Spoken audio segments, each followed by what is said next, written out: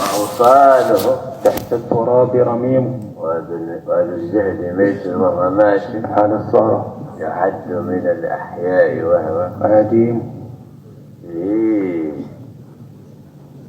هكذا هاخذ العلم. هذا سيدي محمد بن عاصم.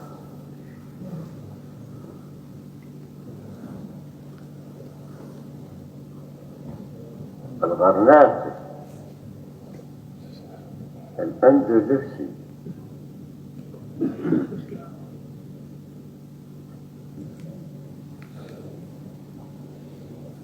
منذ أدلة التحفة العاصمي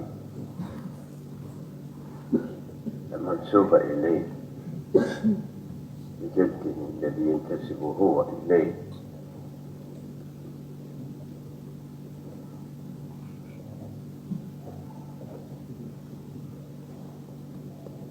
من قرون وأجيال، وهي تأخذ قسمة السبقة، لأن القضاء واجب. قال تعالى إنا أنزلنا إليك الكتاب بالحق لتحكم بين الناس بما أراك الله. نعم. قال تعالى يا داود إنا جعلناك خليفة تحكم بين الناس بالحق ولا تتبع الهوى فيضلك. وهكذا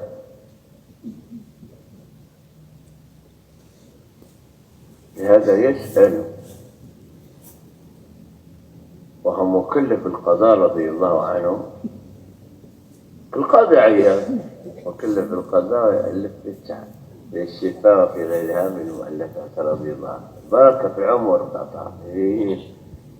عصرنا هذا عصر ماديات طواحن والعياذ بالله، اشتغلنا حتى لا ندري من نحن وما نحن ومن أين جئنا إلى هذا العالم وهي مهمتنا وما خلقنا الله له. لا نسأل عن هذا كأننا والعياذ بالله محيط الأشياء كلها كان خلقنا أنفسنا مهمتنا نعيش فقط ونموت لا نبالي. يا سلام هذه غريبة عيشنا يا سلام.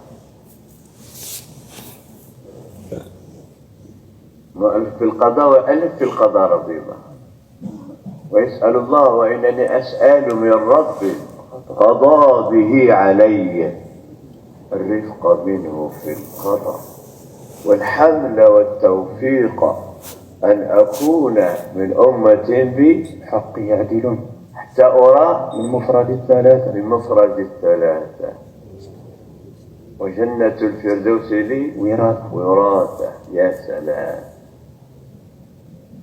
حتى أرى من مفرد الثلاثة.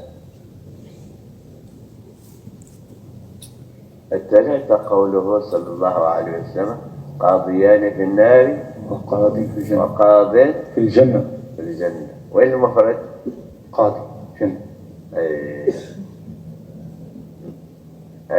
حتى أرى المفرد ثلاثة.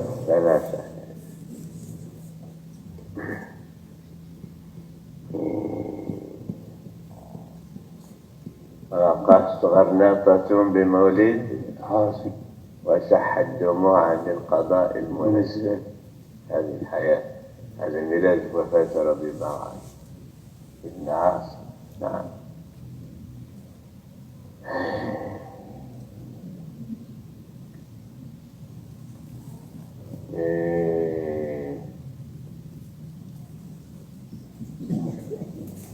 يتكلم في هذا الفصل على الفضول. نعم على الفضول. نعم.